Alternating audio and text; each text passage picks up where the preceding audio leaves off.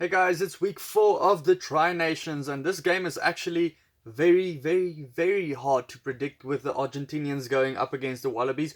Both of them, their last game they played, they beat the All Blacks, so yeah, both of them are in pretty good form. Looking at the log though, the New Zealanders are still top of the log, having played 3 games. The Argentinians only 1, the Australians 2 games, so the New Zealanders have a tough time ahead of them. They have a little bit of pressure under them from the Argentinians and the Australians. Whoever wins here will go top of the log in the end of this weekend. So it's all to play for in this week of the Tri Nations.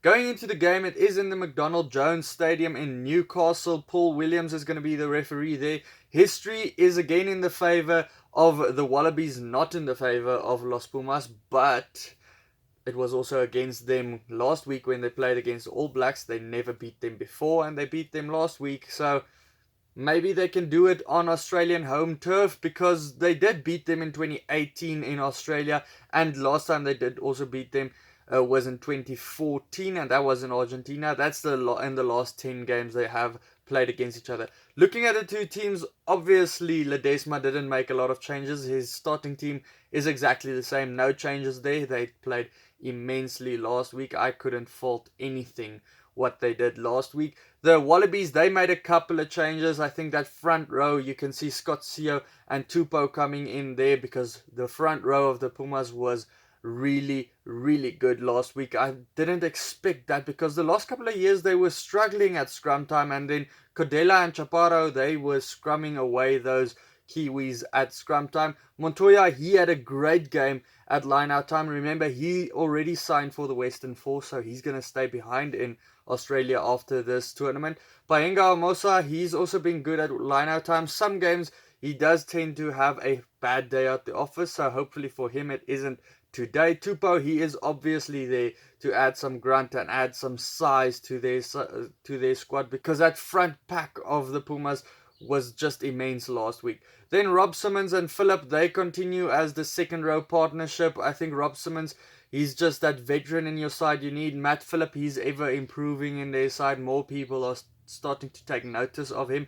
Guido Petty and Alomano, I told you last week that they are brilliant jumpers in the air, and they did it again.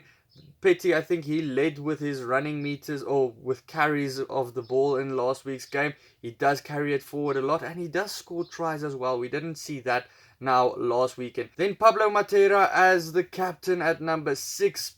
Everyone saw what he is made of last week, and we know that is what he's done before with the Jaguares. I call him now Pablo Crazy Eyes Matera. He's up against Ned Hannigan after Swinton got that red card in his first game for the Wallabies. Michael Hooper, he's at number 7. So how Matera and Hooper go up against each other, I can't wait to see that battle going, because Matera will run into Hooper somewhere and there will be a tackle. I just want to see if there's going to be a little bit of scuffles off of the ball again. Probably, because if you look at that loose forward trio and some of those other guys in the front pack of the Wallabies, they are also guys that like to get into the thick of things. If Swinton was there as well, definitely something would have broken loose there. Marcus Kremer, a lot of people are taking note of him as well after last week, and we've known that for a couple of years now, or for this last year now. He's still young, actually. I think he's 23 years old. Bruni, he was more of the quiet guy actually last week. If you have to mention a quiet guy in the loose trio, it's probably him, but he still was brilliant.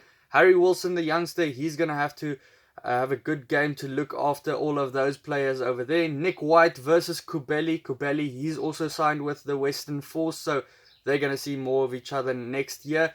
Nick White, I think in the last couple of games, I don't know, I've thought he's played a bit slowly, and a lot of times he runs too far with the ball.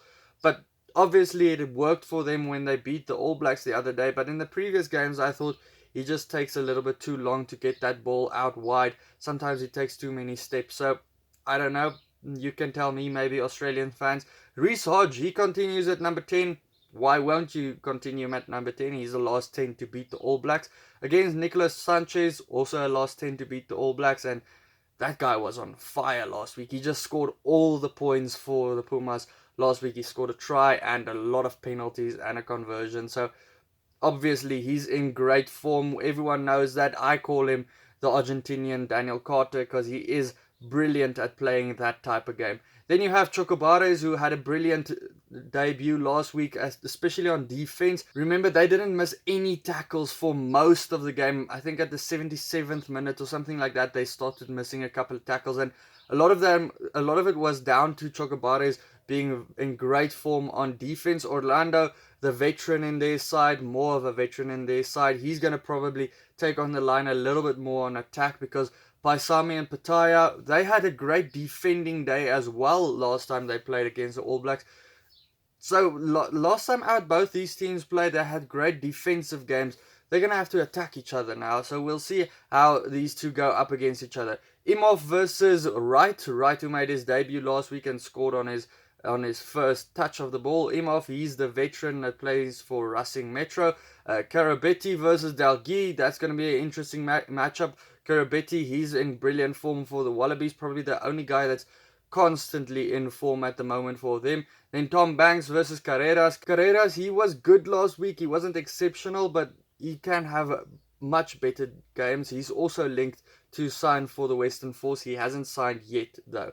Going to the benches for the Pumas is much stronger than last week, believe me. And last week they didn't actually use it too much. They actually only sent on most of their players, most of their bench players for like 10 minutes in the whole game, or 3 minutes in some cases. Socino, a very good guy to have on your bench at line-out time as a hooker. Vivas and Madrano, they're going to strengthen up that front pack when it comes to scrum time. Falau Fahinga, also a good hooker for the Wallabies. We know what he's going to do at the back of the maul. The Pumas, they struggle at sometimes to block the maul legally. Sometimes they did give away silly penalties coming in from the side, that type of thing. So the Wallabies might try and exploit that in this week's game. Angus Bell, I was very surprised by how he played when he came on for the Wallabies last week, because in the Super Rugby he actually had a couple of games where he didn't do too well. Alan Alatoa, we know what to expect from him, the Brumbies captain. He's just a great scrummager, one of the best in Super Rugby. Rob Valentini, he's the substitute for the second row and the loose forwards. Liam Wright is there for the loose forward.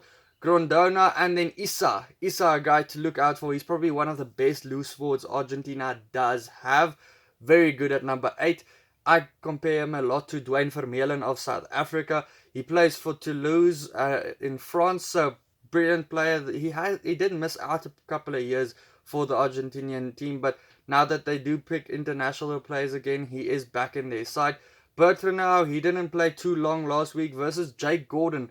Jake Gordon, it's a surprise to see him back because I actually did think that McDermott did brilliantly in that couple of minutes that he did come in on the last couple of weeks. Every time he does come on, things just start happening. The team goes faster. They do usually score a try after McDermott comes on. They do get go forward ball. So I actually am very surprised that Gordon does play. Lolesio, he's on the bench again. Dagunu as well. He finds himself on the bench. I think after that game where he just got a yellow card for a silly infringement, he's kind of fallen out of favour there, but he's still a brilliant player. Try to tackle him if you want to.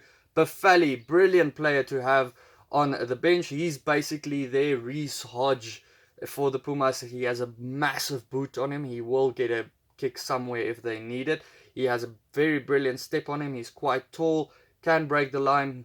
Like I said, basically Reece Hodge does play number 15 and wing.